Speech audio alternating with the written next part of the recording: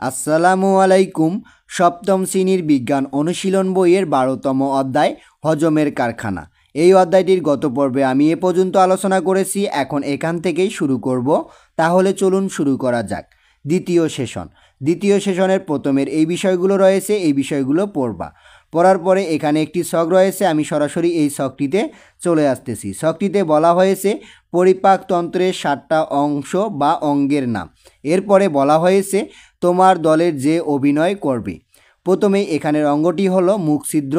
কে অভিনয় করবে? এখানে তোমরা তোমাদের এই যে 7 জনের দলে বিভক্ত হইতে বলা হয়েছে, এখানে এই যে 7 জন করে শিক্ষার্থী একটা দলে থাকবে। এখন এই যে 7 জন শিক্ষার্থী তোমাদের যে দলটা থাকবে তাদের নামগুলো এখানে লিখে রাখবা। তাহলে মুখ ছিদ্র অঙ্গটার অভিনয় করবে হাসান। এরপরে মুখ গহ্বর অঙ্গটির অভিনয় করবে রবিন। আমি দিয়েছি স্যাম্পল নাম ব্যবহার করছি, তোমরা তোমাদের বন্ধুর নামগুলো ব্যবহার করবা। এরপরে গলবিল অঙ্গটির অভিনয় করবে শারমিন দিয়েছি। এরপরে অন্ননালী এই অঙ্গটির ব্যবহার করবে কামাল। এরপরে পাকস্থলী এই অঙ্গটির অভিনয় করবে টুম্পা। ক্ষুদ্রান্ত এর অভিনয় করবে হচ্ছে সুমন। এরপরে বৃহদন্ত এর অভিনয় করবে শাহাদাত। এরপরে এখানে বলা হয়েছে আচ্ছা বলো তো কোন অঙ্গটির নাম বাদ পড়লো। এই অঙ্গটির চরিত্রে অভিনয়ের পরিবর্তে সেই জায়গায় একটা ডাস্টবিন ব্যবহার করলেই হবে। নিচে অঙ্গটির নাম লিখে রাখো। এখানে এই যে 7টি অঙ্গ লেখা হয়েছে, এই অঙ্গের মধ্য থেকে একটি অঙ্গ বাদ দেওয়া হয়েছে। সেটি কি? সেটি হলো মলদ্বার বা পায়ু। এটি অভিনয় করতে মানা করা হয়েছে, আর বলা হয়েছে এই অঙ্গটার বদলে কি করতে হবে? ডাস্টবিন ব্যবহার করলেই চলবে। এরপরে এখানকার এই বিষয়গুলো পড়বা। এরপরে আসি অপর পৃষ্ঠায় তৃতীয় সেশনের এখানে একটি কাজ রয়েছে। কাজটি হলো এবার তোমার দলের সদস্যদের সাথে পরিপাকতন্ত্রের কোন অঙ্গ বা অংশ খাবারকে কিভাবে প্রক্রিয়াজাত করে পরের অংশে পৌঁছে দেয় তা অভিনয়ের মাধ্যমে দেখাতে হবে। প্রতি 2টি দল মুখোমুখি দাঁড়াও। 2টি দলেই একে একে পরিপাকতন্ত্রের প্রক্রিয়া অভিনয় করে দেখাবে। অপর দলটি অভিনয় দেখবে এবং খাবার হজমের ধাপগুলো ক্রম দেখে অনুমান করার চেষ্টা করবে দলের কোন সদস্য কোন অঙ্গ বা অংশের ভূমিকায় রয়েছে। এখন এই কাজটির উত্তর কিভাবে করবা তা এখন আমি দেখিয়ে দিব। চলো এর উত্তর শিটে। এখন এই কাজটির উত্তর যেভাবে করবা বা যেভাবে অভিনয় করবা, আমি একটি অভিনয় এখানে লিখেছি, তোমরা এভাবেও এই অভিনয়টি করতে পারো। প্রথমে আমি দিয়েছি হাসান মুখ ছিদ্র। তাহলে হাসান কী নিয়ে অভিনয় করবে? আমরা যে প্রথমে একটি ছক তৈরি করে পূরণ করেছি দলের 7 জন বা 7টা অঙ্গের 7 জন, সেই দলটাই কিন্তু এখানে বসাতে হবে। মানে তোমাদের যে বন্ধুগুলো অভিনয় করবে তাদের নামগুলো এখানে ব্যবহার করবা। হাসান মুখ ছিদ্র। তাহলে আমি পরিপাকতন্ত্রের প্রথম অংশ, আমার মাধ্যমে যে কোনো ধরনের খাদ্য গ্রহণ করা হয়। আমি যদি খাদ্য গ্রহণ না করি তাহলে খাদ্য পরিপাক ঘটবে না। এরপরে রবিন মুখ গহ্বর। এখন কি হচ্ছে এখানে? আমি দাঁত জিহ্বা ও লালাগ্রন্থির সমন্বয়ে গঠিত। হাসানের পরে আমার অবস্থান, আমি খাদ্যবস্তুকে কর্তন পেষণ ও পিচ্ছিল করে থাকি। আমি শর্করা জাতীয় খাদ্য পরিপাকে ভূমিকা রাখি। এরপরে হচ্ছে কি শারমিন গলবিল। আমি রবিনের পরের অংশ, হাসানের কাছ থেকে প্রাপ্ত খাদ্যবস্তু আমার মাধ্যমে কামালের কাছে পৌঁছায়। আমার কোনো এনজাইম নেই, তাই কোনো খাদ্যবস্তু পরিপাক করি না। এরপরে কামাল অন্ননালী। এখানে শারমিন থেকে টুম্পা পর্যন্ত আমার অবস্থান, আমার মাধ্যমে খাদ্যবস্তু টুম্পার কাছে যায়। এরপরে টুম্পা পাকস্থলী। তাহলে আমি কামাল ও সুমনের মাঝখানে অবস্থান করি। আমি পুরু ও পেশিবহুল প্রাচীর দ্বারা গঠিত। আমি পেশি সংকোচ ও প্রসারণের মাধ্যমে খাদ্যবস্তুকে পিষে মণ্ডে পরিণত করি। আমার প্রাচীরে অসংখ্য গ্যাস্ট্রিক প্রাণ বিদ্যমান, যা থেকে নির্গত রস খাদ্য পরিপাকে সহায়তা করে। এরপরে কি সুমন ক্ষুদ্রান্ত। এখানে আমি টুম্পা থেকে শাহাদাত পর্যন্ত বিস্তৃত লম্বা ও পেঁচানো নালী।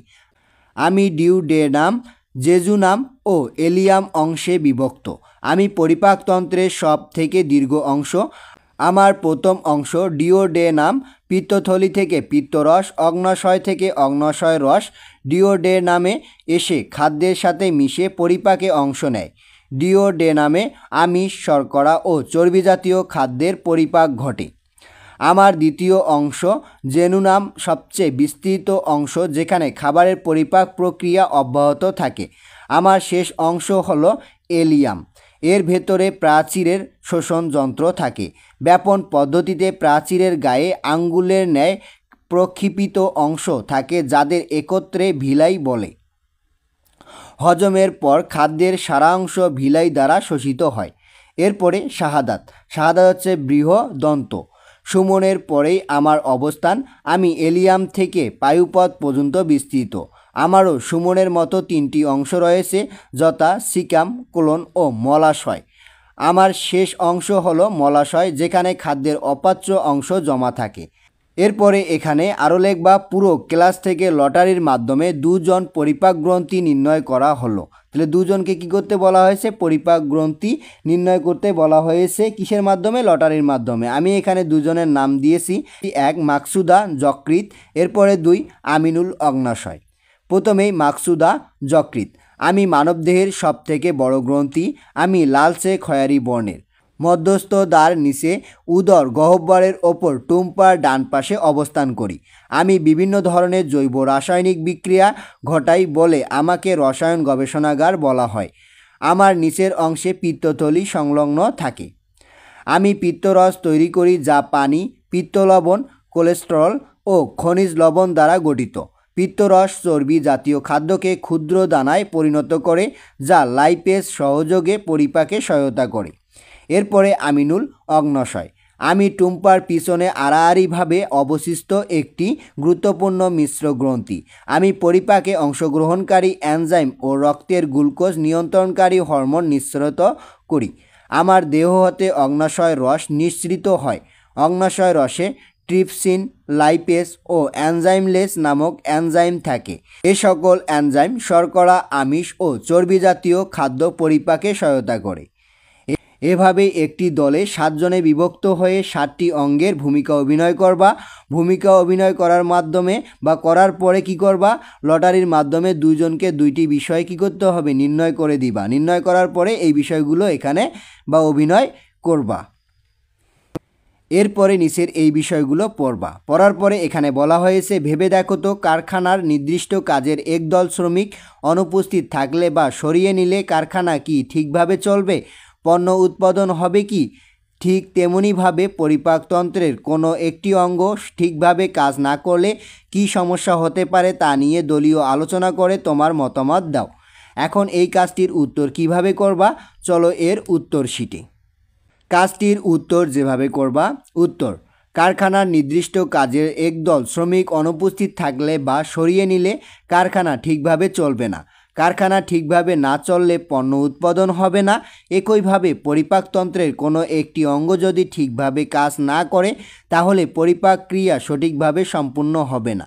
এর ফলে জীব প্রয়োজনীয় পুষ্টি ও শক্তি পাবে না, কারণ পরিপাকতন্ত্রের বিভিন্ন অঙ্গ পরিপাক ক্রিয়ার সাথে যুক্ত। পরিপাকতন্ত্রের বিভিন্ন অঙ্গ খাদ্য পরিপাকে আলাদা আলাদা ভূমিকা রাখে বা কাজ করে। তাই পরিপাকতন্ত্রের কোনো একটি অঙ্গ যদি ঠিকভাবে কাজ না করে তাহলে পরিপাকে সমস্যা দেখা দিবে। এভাবেই এখানে এই কাজটির উত্তর করবা। তাহলে আজকে এ পর্যন্তই। এর পরবর্তী ভিডিওতে আমি এর পরে দেওয়া কাজগুলোর উত্তর নিয়ে আলোচনা করব। ধন্যবাদ সবাইকে এতক্ষণ সঙ্গে থাকার জন্য। ভিডিওটি ভালো লাগলে লাইক এবং সাবস্ক্রাইব করবেন।